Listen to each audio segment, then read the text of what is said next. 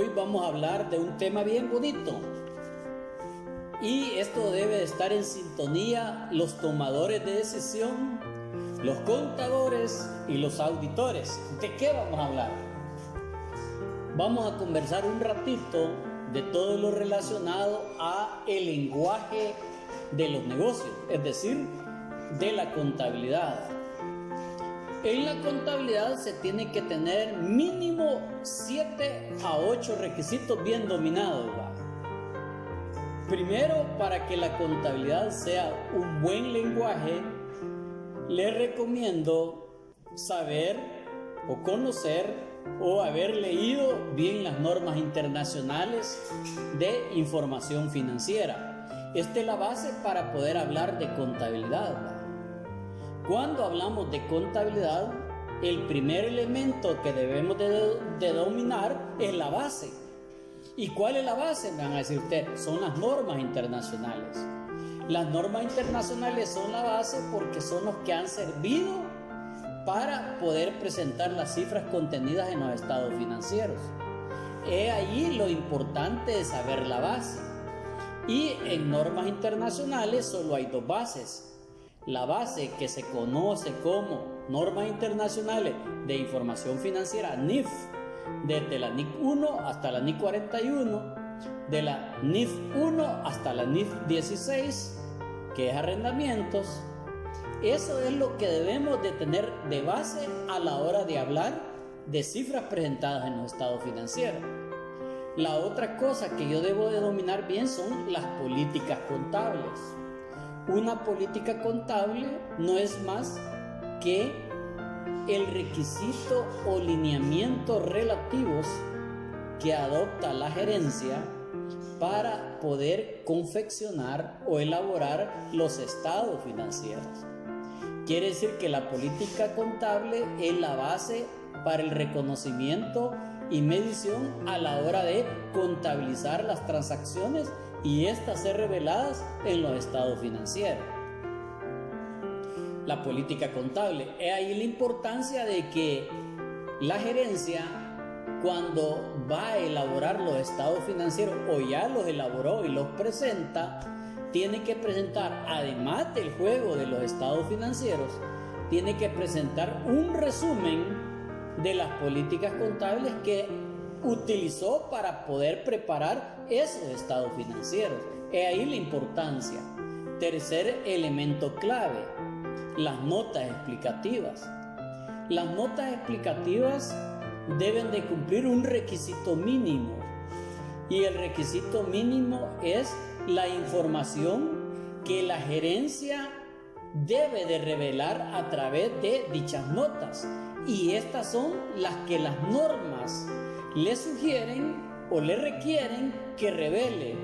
En pocas palabras, la gerencia puede publicar lo que ella quiere, pero al menos lo que las normas piden tiene que revelarlo. A eso se le llaman notas explicativas. Además, debe de presentar cualquier otra información que sea necesaria. Por ejemplo, la publicación de los estados financieros básicos. Ejemplo, la información que se requiere hoy ante la pandemia a nivel mundial, que es todo lo que le afectó su negocio en marcha y los beneficios que ha obtenido como resultado de las reformas tributarias o fiscales por el gobierno de la República. Es allí otra información. Otra cosa bien interesante es que para que yo pueda hablar de la información financiera contenida en los estados financieros, debo de saber al menos los 8 requisitos que se requieren para poder reconocer o adoptar una política contable. Y esas son las siguientes: el reconocimiento, la medición inicial, la medición posterior, el modelo, el método, la técnica, la fórmula, las estimaciones y otros mecanismos que utiliza la entidad para el reconocimiento y medición en la contabilización de las transacciones a la hora de presentar los estados financieros. Son unos requisitos mínimos que se requieren a la hora de adoptar una política contable. Otra cosa bien importante que también la gerencia debe de saber es que para que la información que se presenta en las cifras contenidas en los estados financieros sea razonable, se requiere que ésta cumpla el negocio en marcha, primer requisito. Segundo, es que la empresa no está pretendiendo en quebrar ni en no continuar sus operaciones. Caso contrario, la entidad ya no puede seguir aportando esa información a través de los estados financieros en base a la normativa internacional. Utilice otra normativa, pero ya no es fiable poder decir que sus estados financieros están sobre una norma. Otra cosa importante es la materialidad o la importancia relativa. ¿Qué quiere decir esto? Que toda la información que se presenta en los estados financieros debe de ser o debe de servir de base para poder tomar decisiones. Caso contrario, métalo en otra cuenta. Ahí la importancia de la materialidad y de la importancia relativa. Tercero, lo que se le denomina compensación.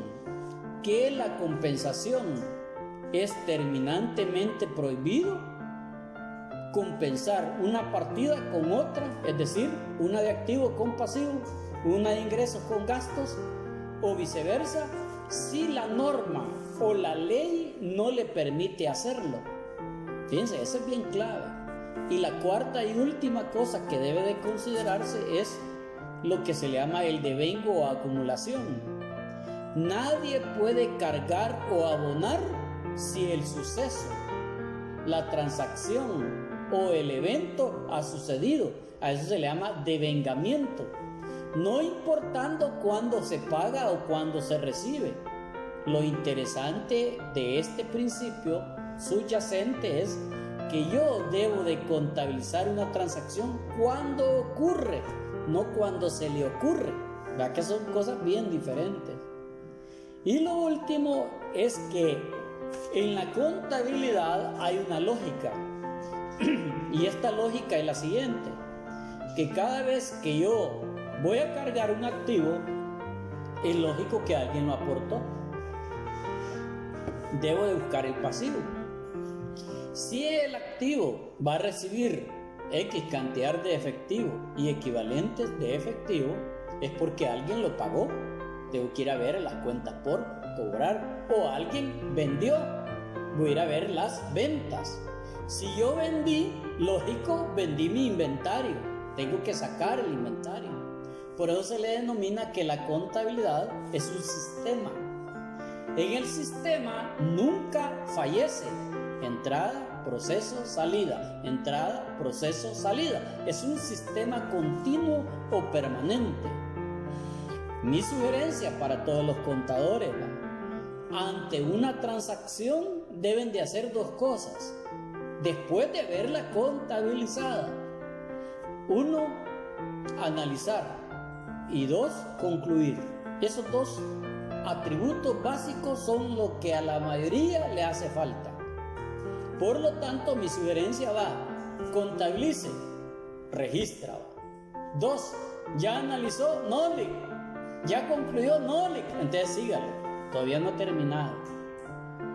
La contabilidad por eso se considera como un lenguaje de negocios que le va a indicar al negocio cuál es su norte, para poder saber si un negocio anda bien o anda mal en su gestión de corto y de largo plazo.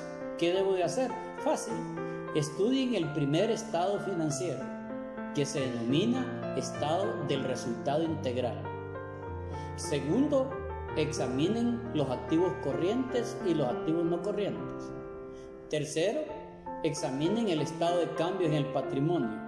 Cuarto, examinen el estado de flujos de efectivo. A eso se le llama gestión de corto plazo.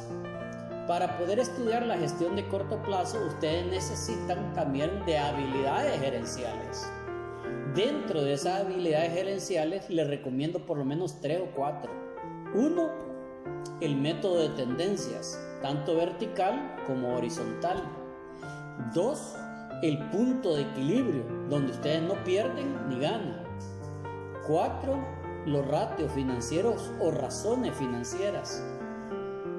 5, la TIR, la tasa de interés de retorno, porque ustedes esa les va a servir para verificar y comparar el índice de crecimiento a nivel patrimonial. Otro, el estado de flujos de efectivo, examínenlo en las 3 actividades: operacional, de inversión y de financiación. Vean el flujo neto del efectivo y verifiquen el efectivo con el cual iniciaron y con el cual finalizaron, y deben de ser exactamente los saldos iniciales y finales del periodo tributario o fiscal o financiero. Con eso se coteja.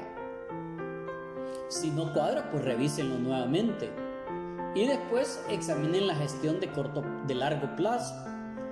La gestión de largo plazo se examina de los activos no corrientes y de los pasivos no corrientes, o sea, de larga duración. Por eso es que la contabilidad se conoce como el lenguaje de los negocios. Y por último, les voy a dar otros 5 tips. Para que una entidad sepa su direccionamiento, peor hoy que estamos en crisis, debe de partir del presupuesto.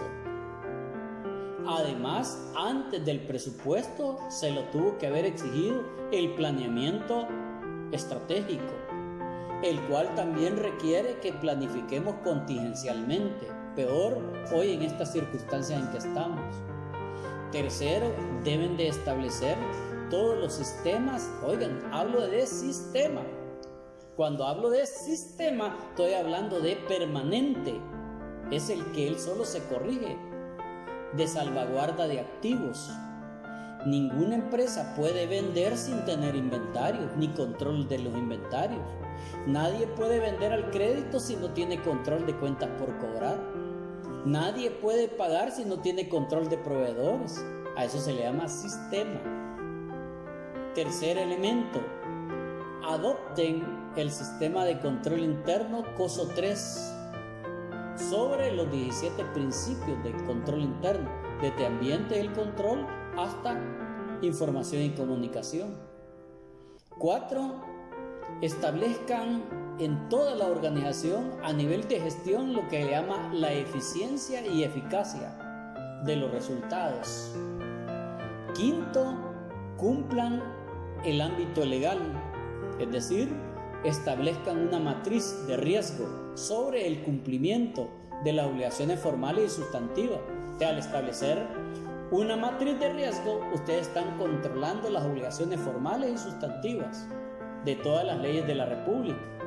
Quiere decir que ustedes deben de establecer una matriz por cada componente de las leyes. Ejemplo, impuestos sobre la renta, todas las obligaciones formales. ¿Cumplí? ¿No cumplí? ¿O estoy en gestión? ¿O algún comentario? Ley del impuesto a la transferencia de bienes muebles y a la prestación del servicio.